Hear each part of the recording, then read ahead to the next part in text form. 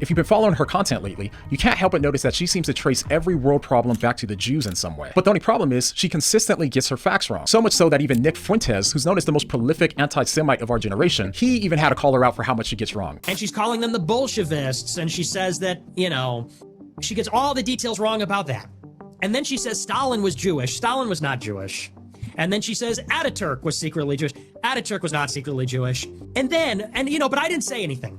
I said, whatever. I said, oh, well, not everyone's perfect. I said, yeah, it's not really a good look, but, she's learning. I said, she's going to get on the ball eventually. So I didn't say anything. I held my tongue, even though that was not really a good look, okay? You can't really go hard like that and stake the reputation of you and everybody on this and then, get it wrong really severely over and over. She's talking about, all this stuff that, it just doesn't even really make any sense. And the difference between me and her, one, I'm a really good researcher.